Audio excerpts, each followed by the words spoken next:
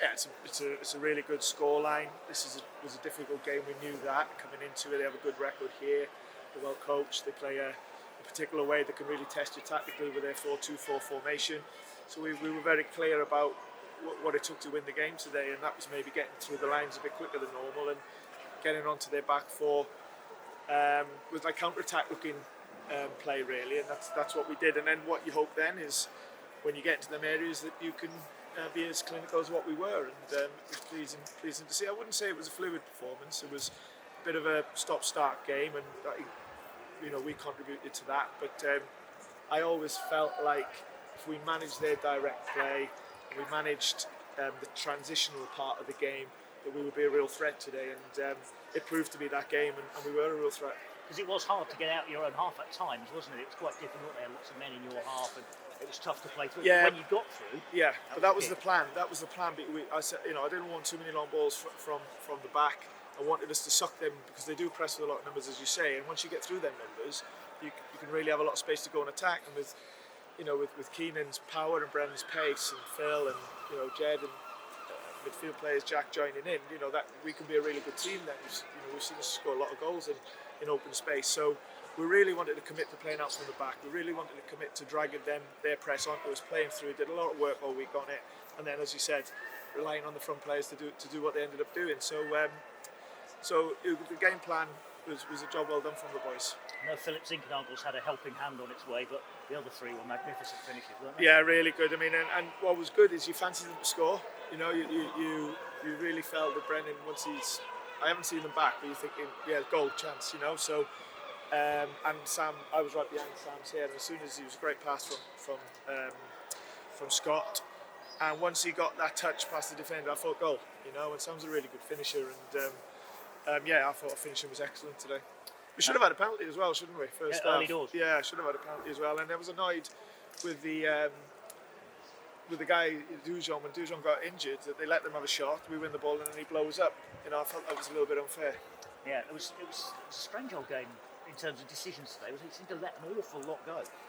Yeah, I mean, we knew that Gary Madine's a handful, and bringing Yates back in as well is similar. And at half time, I was a little bit like, come on to the back three, toughen up a little bit. And when I looked at it back, they were just getting fouled. And I just said to the ref half time, I said, I'm not moaning, but they fouls.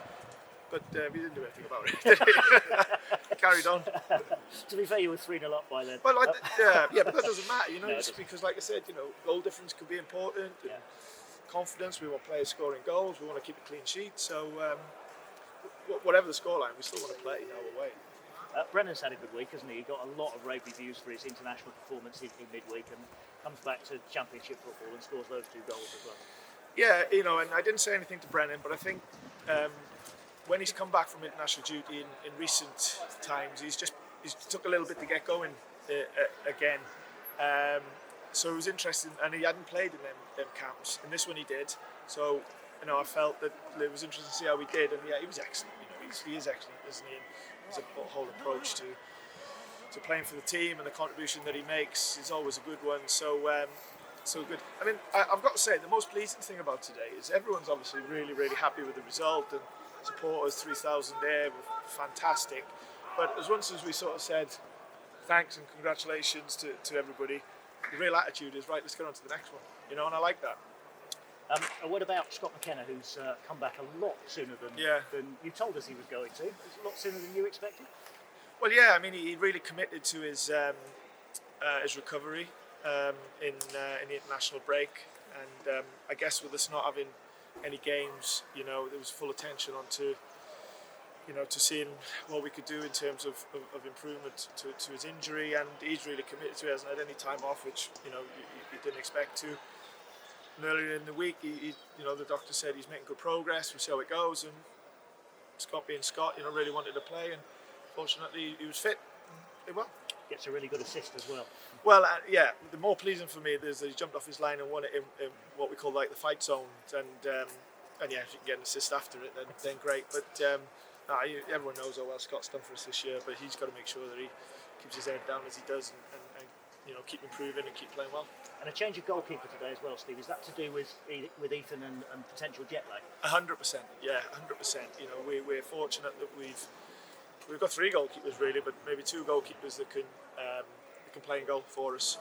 And Ethan, I think it was an 8-hour flight. There was a massive time difference, and as prepared as he would have been today, I still think it would have been a little bit naive to maybe not play Brees when we've got him available as well, in terms of what's right for the team. And I spoke to Ethan about it yesterday, because I didn't want to. There's no way we wanted him. We've never asked for a player to come back early, and he's qualified for a World Cup, and he's had all the emotion of that, and that's really important as well. So, it was a grown-up decision. We think but I spoke to Ethan about it yesterday. Fully understood, and this is going to be interesting now going forward. And also with Richie as well. Richie had some travel complications coming back, and unfortunately he didn't get back into the UK until late last night, so that ruled him out of being involved today as well. So congratulations to him as well. We're qualifying for the World Cup, so there's a little bit to deal with, in terms of getting ready for the game, but fortunately the boys did well.